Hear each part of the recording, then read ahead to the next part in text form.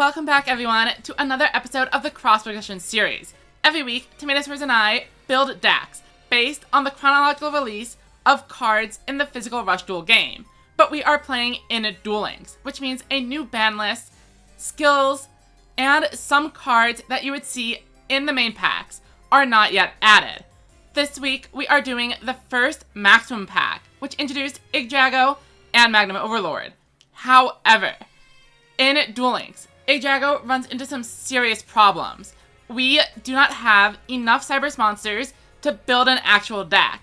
Attitude Hydron has not been released. Connector Dog, not released. Not even Dark Femtron. There simply is not enough to build a good 30-card deck using Yggdrago alone. So I have recruited the help of the AQUA monsters. And the idea is simple. If we want to win, we are going to need to draw into Yggdrago the Sky Emperor. And to do that, we need to survive. We use the set Party skill to gain life points, and Seahorse Server to go even higher. Oddly enough, I tested this on the ladder, and we went 5-0 after hitting King of Games. So the deck, while not amazing, does have a chance. We are also running Atron and Femtron for just a little bit of extra draw. You might think the life point gain isn't going to matter if Tomato is on Overlord, as they are able to make up the difference. But the point isn't to establish a huge lead and prevent the Overlord from OTKing us. We are trying to avoid dying to the Tornas and the Sevens of Magicians that come out before we ever manage to find Yggdrago. Finally, I would love to be running Call of the Earthbound to be able to redirect attacks away from the Maximum. But unfortunately, Yggdrago is already our limit 3 slot. Let's see how Tomato has built their deck this time. So today we're bringing Maximum Overload. Maximum versus Maximum. Our Maximum does tend to win out in the Yggdrago versus Overlord matchup, so we're feeling reasonably confident in that. We are on 2 copies of Pierce because a lot of the time we can kind of get stalled out. We have to rely on a Torna play to really get damage in.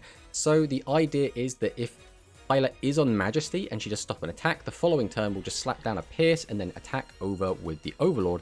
But even if we don't get to Overlord, we still have Seven's Red Magician and a pretty competent spellcaster package. I'm going to go ahead and bring in 2 copies of Seahorse Server, my favorite CYBERSE monster. Yeah, I was just thinking that. And I will activate my skill, set Party. This allows me to send both of my Seahorse Servers into defense mode to gain 800 life. And then I tribute summon out the one and only Dianketo the Boogie Master. Another fantastic CYBERSE boss. I'll end my turn there.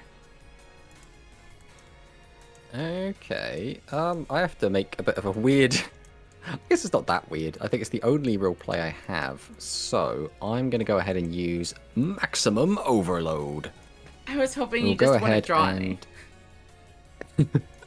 We'll go ahead and send this lovely middle piece, and then I'm going to summon out this lovely middle piece, which you'll see in a sec. He's a bit shy at the moment. There he goes. We're going to set a back row, and am I going to try and get like a little bit aggressive? I don't think there's really much of a reason to. I think... no, we will. It's more fun to get aggressive. We'll tribute out the Torna. We'll go to battle, and we will try and get in for some damage. And we'll just pass. Why is the sky blue? Why are mountains tall? And whatever the rest of that chant is. I have literally no idea. But here comes the turn to Yggdrago. Don't just hard draw it. This was supposed to be my week. I'll destroy Twin of the Windweaver and remove that pesky Magnum Overlord head. And I end my turn. That's right, I'll just draw mine. Unfortunately, that is not quite what I need. Let me double check my maths before I completely throw away the game. Right, we'll summon Mystic Dealer. We'll activate the effect. And we'll throw away this Doriado to draw a card. Then I can activate Maximum Overload. We'll send this, set this, and weaken Yggdrago. Then we'll flip over Seven's Road, activate its effect, which puts him just over.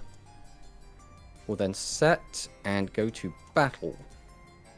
I will draw. And now there's a chance of an actual Phantom Bind. Just killing me. I think we are simply going to set to and end turn. We're going to go ahead and fire off our effect ×2. And then we're going to use Pierce. And we're going to use Pierce. And that is game 1. Congratulations. I summoned the Maximum, but you won the game. I'm going to bring in Seahorse Server. And this time, I have 2 Kanon, which means I actually get a full board. Let's go ahead, set our party, Seahorse Server to gain some life, and gain an additional 1200 by changing our board into defense mode. And with that, we end. 7700, surely we have more than enough life to survive forever. Well, I'm going to go ahead and tribute summon out Torna. We're going to go ahead and use Torna's effect, and we're going to discard Torna. I think here we're just going to change this to attack. I'm going to set a back row and go to battle, because this hand, unfortunately, is not the best. And then we'll just pass. That's very underwhelming. I don't know. I'm perfectly whelmed myself.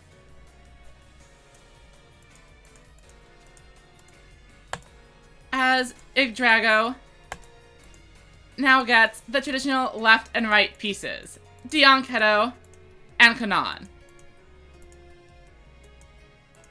Enter battle and swing in, and this is, I think this is a pretty good board. We'll use our Overload skill this time. We'll set this out. And I would love to reduce one of your monsters. I think D and Keto could do with losing a few attack points. We'll flip this up. We'll then set 2 monsters. And we'll go ahead and perform a tribute summon to get out the second Seven's Road. That's what we were bricking on last time. We'll go ahead and fire off their effects. And then I think we just have to clean up this board as best we can. And then pass. Unfortunately, I am at risk of just getting pierced again, huh? We're going to activate Pierce. And then you know what we're going to do? We're going to activate Pierce.